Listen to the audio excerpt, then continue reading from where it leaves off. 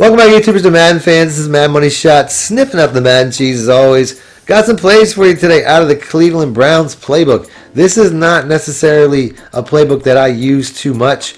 I really wanted to put out some plays out of the Gun Tray Open that were in the Titans playbook, but ultimately I find that the Browns Gun Tray Open just has more plays than I'm used to. I use the Panthers playbook the most, and they have some pretty good Gun Tray plays. But let's go and let's move on. The second play for sure that I like to use is the Salem. It's a very similar concept as the first play. So let's go and let's pick that. Go random nickel again. I mean, if it's a man coverage, the RB route's pretty good. I'm not saying that I think this is a man coverage, but the RB route definitely, has the ability to get open under a lot of different things. But the way that I like to do it, once again, kind of creating a coverage issue for the middle linebacker, is slanting Landry here, slanting the RB route and playing him off of Njoku. Njoku is going to get open against cover twos, cover threes, whatever. The user kind of has to take that away, or he's going to get open. And that's the same thing can be said for Landry. If he follows whichever receiver he follows, the other one's going to get open. Another route, I mean, this flat beater here is really good. I think if I move him over, he works out even better. But in this scenario, since he followed, I'm not sure if it might not be better just to keep him here. Because here, if I keep him back, a lot of times he'll get the edge. But since he followed and he faced up over the receiver, I think he takes away the throwing lane. So keeping that space by keeping in the backfield is probably better. Like here, he didn't follow. So right here, he's going to be open right away and flat. You know what I mean? Like I have to have some separation at the start of the play to make that running back work. So like I said, right here, he follows out. I'll show you what I'm talking about. I'll just make the throw, and you're going to see how he just gets that separate. He takes it away right away. You know what I mean? So I have to have separation at the start of the play. But this play is really more about Landry and Njoku anyway. I like the comeback route once again with Callaway too. I don't really like the route that he's doing otherwise. So that would create the same high-low that I've been having pretty much every time, and then that's just a bad timing throw. But you can see he was open in space. This comeback route's pretty good, no matter what you do. So, like I said, if for whatever reason, if you catch a hard flat, then Callaway's going to be the guy. And even though I motioned that guy out like I did there, it looks like we got a man here, and then Callaway beats it across. Even though I motioned that guy out, I know he's not going to be open. That's really the only thing. So, like I said, once again, I would just slant, bring Callaway back. This here looks like we're going to have that triangle route. Or that Y route right away. It looks like we got that the cover two hard flat again though. Like I said, that's a high-low read between the table route and the comeback route. Or what's that really called? Yeah, it's called a comeback route. So it's really a read between those two. I'll leave the running back in this time. Sometimes you just got to guess. And like I said, you got to use that. You got to use that tight end. You're going to have that, even whether it's a cover three, cover two. So let's do this one more time.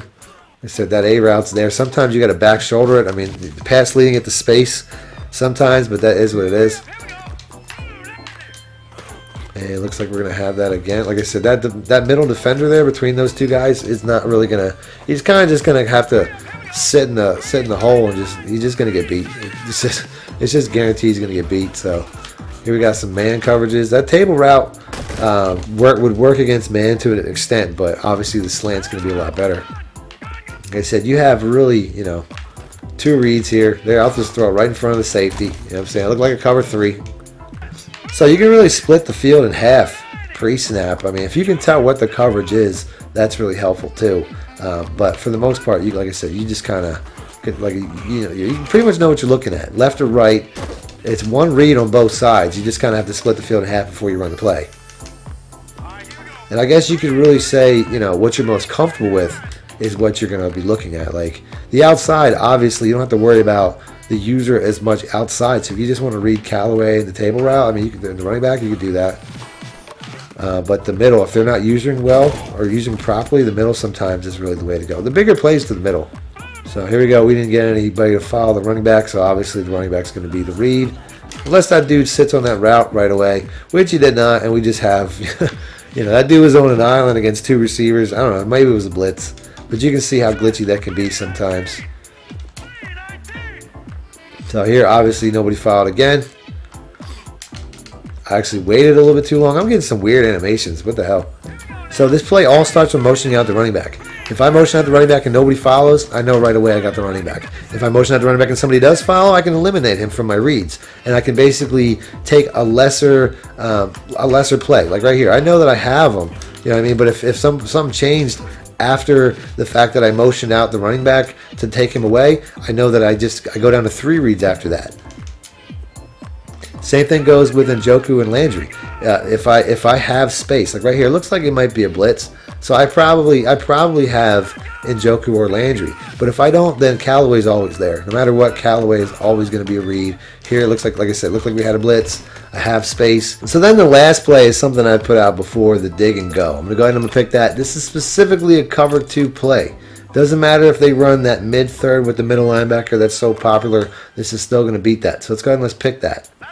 So this play here, I mean, I typically want to run this from an open side of the field. I'd say that's most important.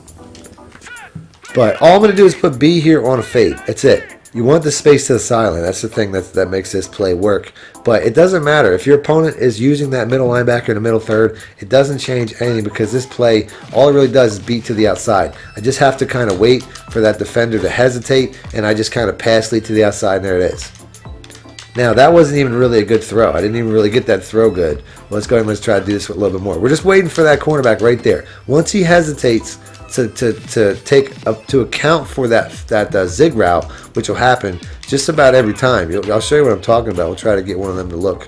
Like I said, right here, we're just gonna wait for that guy to kind of sit down. I didn't even catch the ball, but I'm gonna show you what I'm talking about in the replay, just so we can kind of highlight it. This cornerback here, you're gonna see if his responsibility is to follow this receiver back, and he does that to a point.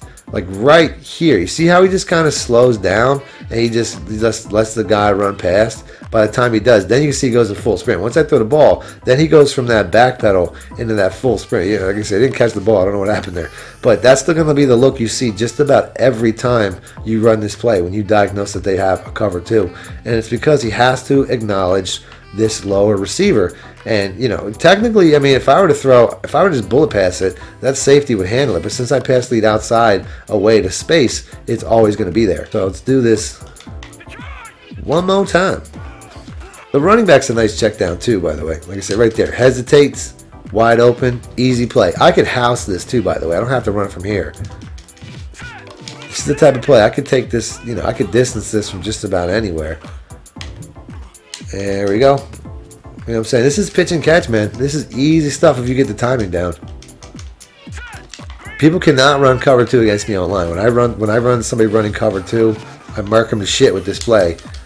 And that's all she wrote. You know what I'm saying? This isn't even really, I mean, this is a great defense against really average receivers. I don't even know who Higgins is. You know what I'm saying? He's beating one of the better, this is one of the best defenses in the game. And it's just pitch and catch. Except for when he doesn't catch it. It's pitch, but it's not catch because this dude's got no hands, I guess. I don't know. Maybe he's really short. I feel like I'm playing mutt with like the midget squad or something. Like there, that was a bad pass lead. I still came down with it. But that's why that pass lead is so key. I just kind of messed up the buttons when it came to the pass lead.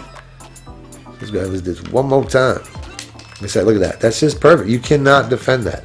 Unless you got like Deion Sanders maxed out, maybe, if you're playing mutt, maybe he'll make a play every once in a while. But then if you got a really fast receiver, it's gonna bounce out of it anyway. So like right there, pressure made me throw that too quick. There was a guy coming off the edge. You know, I said this is a timing-based play, and I'll show you how I messed up there. Because this defensive end, he just shoots off the edge. He's right in my face. That's why I had to throw it a little bit sooner than I wanted to. You can see that this cornerback has not reacted yet to the guy below him. If I would have waited, yeah. But since I didn't, I threw too early and I forced a pick. But that's nothing to do with the play. The play is all timing. It's all a timing-based play. And if you mess up the timing, the play will not work. So right there, he hesitates. Once again, didn't pass lead it. You know what I'm saying? The pass lead didn't come through the way that I wanted to. So, you know, it's a money play, but it's all technique.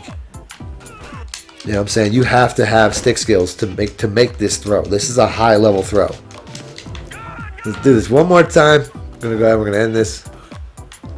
Like I said, he hesitates. See ya. You know what I'm saying? I could have housed that from anywhere, man. This play is so money. So money. So that's it. That's the play. Like I said, coverage specific. If you want to see coverage specific plays, Do your favorite like button, I'll do that. Other than that, thanks for watching, man. Money Shot out. Need more help or just want to show your support? Then head over to my Patreon and join my team, where you can get exclusive content like ebooks and bonus plays, as well as early access to my vids and more. Link in the description below.